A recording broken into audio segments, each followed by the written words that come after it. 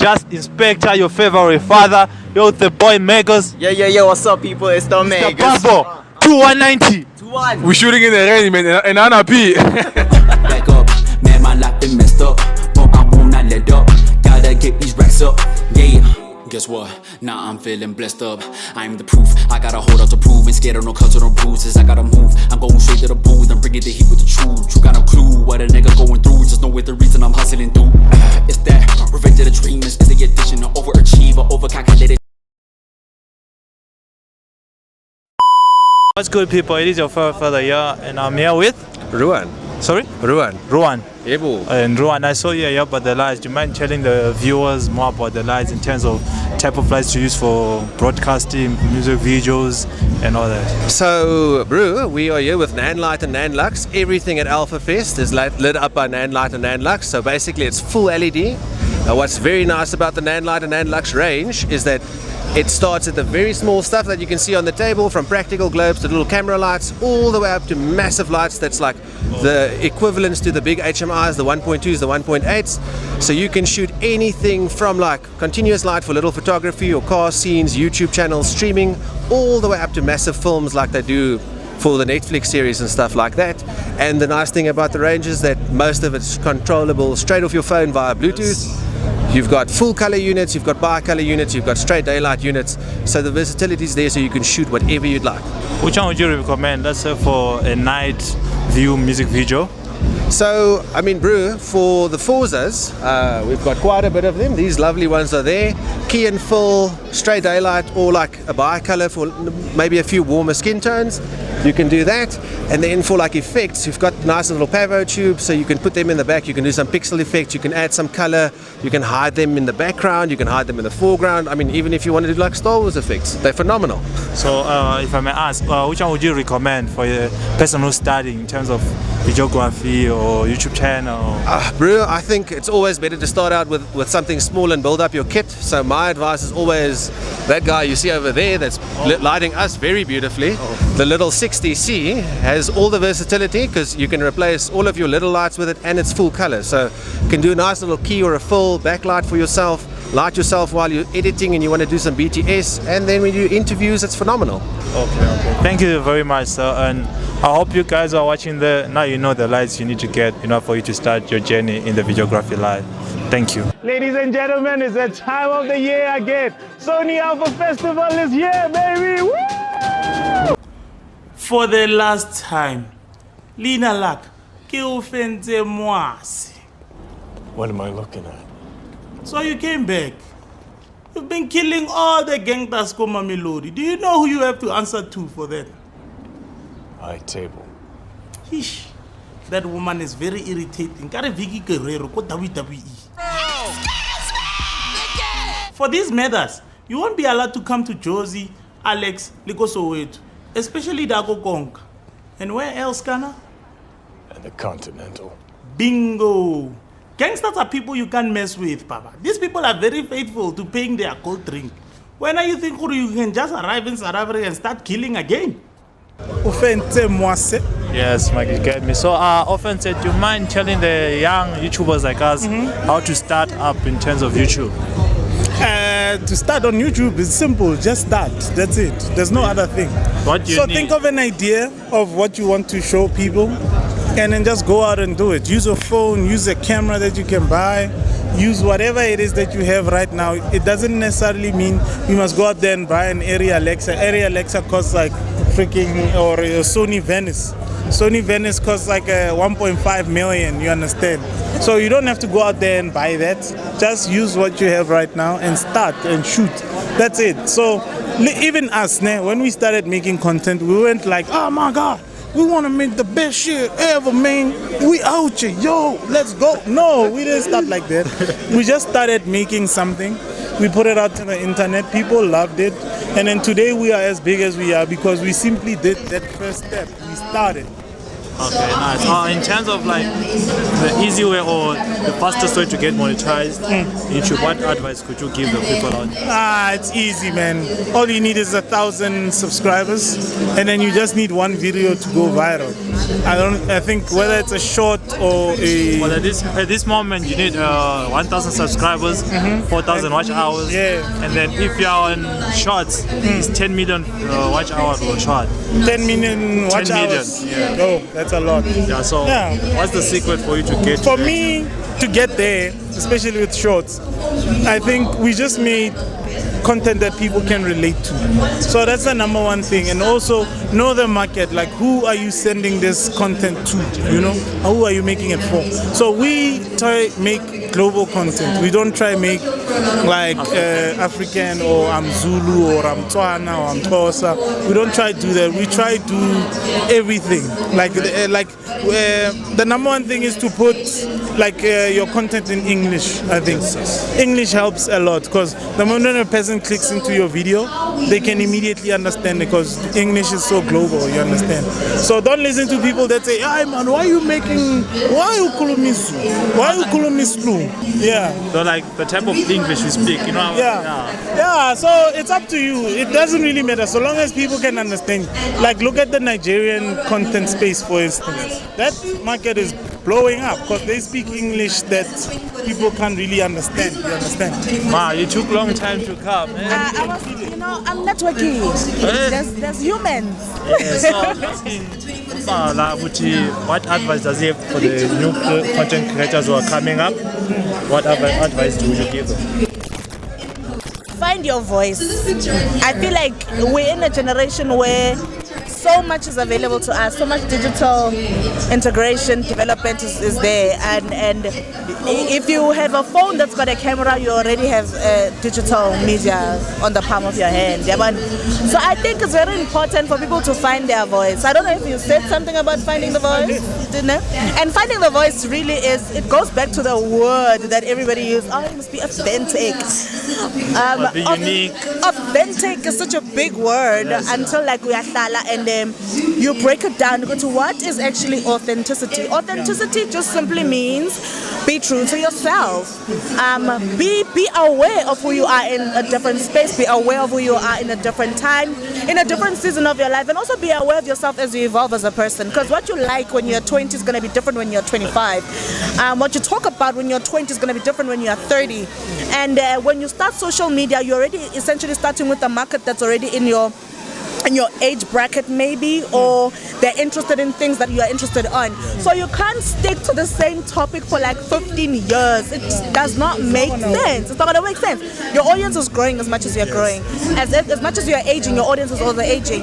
If your taste as a person are changing, so is your audience changing. So you must grow with the palette of your audience. So you can't grow with the palette of your audience if you do not know what is it that you like. What is it that you want to talk about? What is it that interests you at this time? Are you an adventurous person or you're an indoor person? Like, you just generally need to be self-aware. Like, be in your roots. Who are you? If you can't answer a question of who are you, what are you telling us? There's another piece of information that you must know. Not for every kind of YouTuber out there. Not everyone is meant to be in front of the camera. So don't be selfish. If you see that it's not working with you, try someone else, your friend, somebody that you know, somebody that's close. Put them in front of the camera and let them be the representative for your channel or whatever. Don't always think, because the thing about the internet is personalities. Whichever channel that you look at, if it's super successful, people love the personality on that channel. You understand? So personality is a very big thing that you need to think about when you're making a channel, and always think about it. Yeah. The last question I have for you today: what does it make, like, in order for me to say part of the fam? We're all fam. Yeah. What are the requirements? No, there are none. There are no All you have to requirements. do is just make sure that you have good content. If we like your content, we'll definitely reach out and say, yo, let's shoot something. You know, we've done that with many people. I'm sure you've seen them on our channel. Abo Chad, Abo Beggy, you know, Robot, Letu, all these guys. It's just we were liking what they were doing in the space. They were like, yo, come through, let's shoot something, and then we shoot. That's it. Yeah, and never assume. There are no requirements. You should never assume that we'll never see it.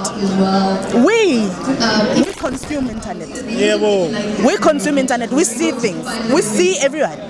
We do. that's what's up. Thank you very much, guys. Guys, you had all the secrets you need to start up a YouTube channel. Enough for you to make it. Be yourself. Know your roots and all that. So I hope you guys stay tuned, like, comment, and subscribe. Thank you. Don't call me son. Lina laga ke ufentse mwasi. No one is gonna hurt me. Why is that when I'm mulala wakalaku? We're all friends here, aren't we? I would only have one friend. And Lina laga ke piti dizule yang. And I don't see him here. Where I'm from, raising your hand like that means you wanna fight. Try me. Do it again. So Vele, you are testing me. You are pissing me off! What don't kill you makes you stronger. Stronger indeed. Sepunusa!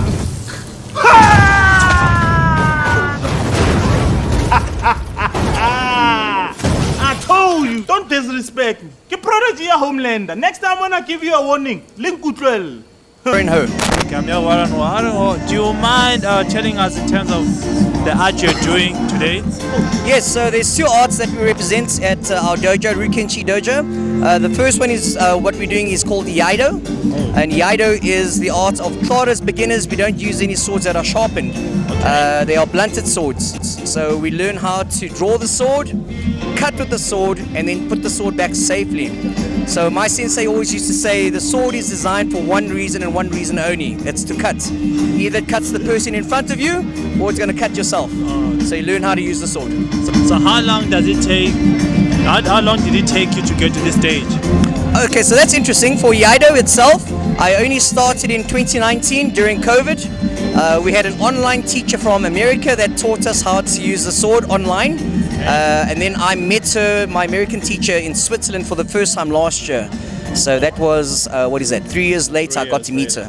But it took me so far about 3-4 years to get to where I am. So since I think you spoke of two arts Yes. you're doing today. Right. Which was... Iaido is the first one I spoke about. So the second one is called Kendo, which is the art of the sword. That's one, even though it's called the art of the sword, we use bamboo swords and armor, full body armor. So that's the one which looks very aesthetically pleasing. It's got the metal grills, the bogu, the torso protector, gauntlets, and a groin protector.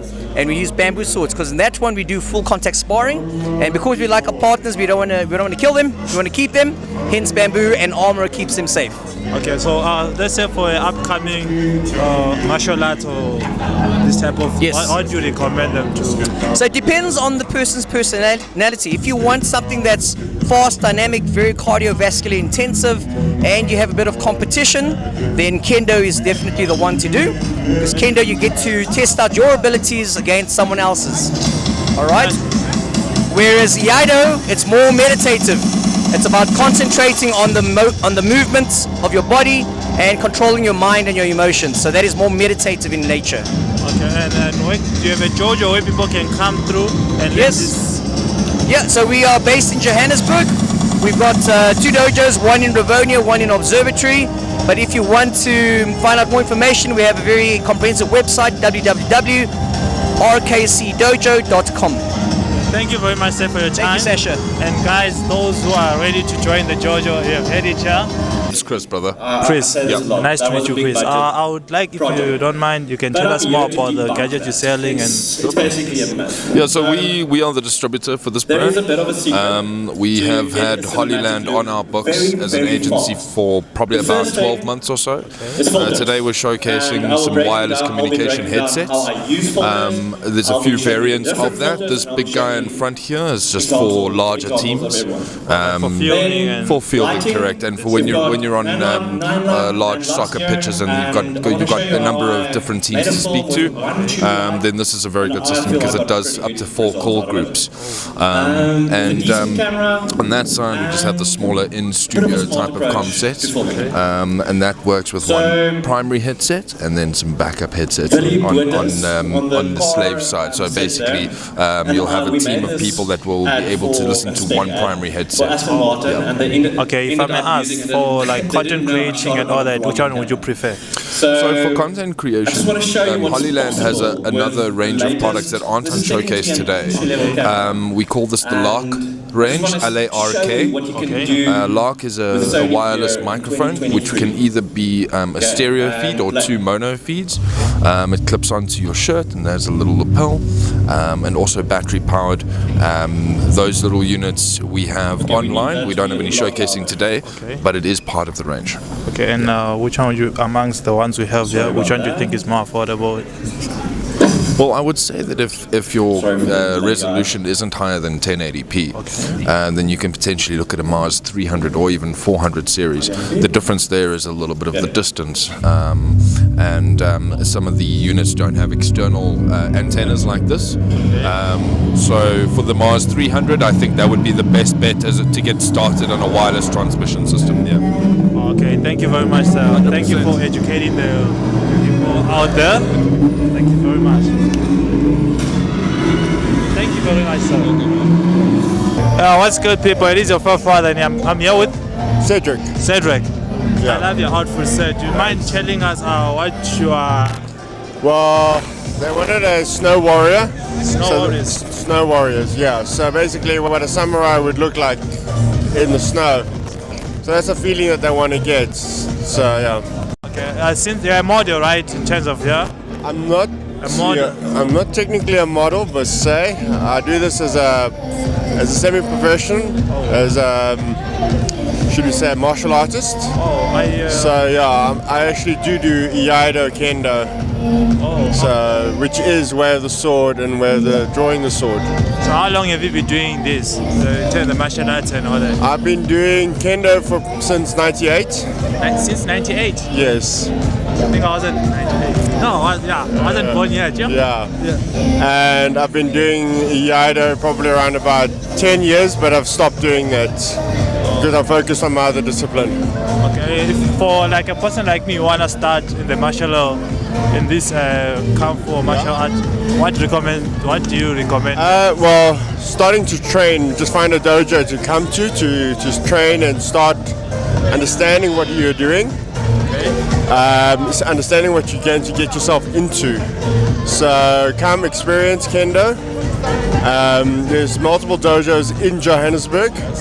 The one I train is at RKC, and it's in Sanson. Do you own your own dojo where we can come through and train from?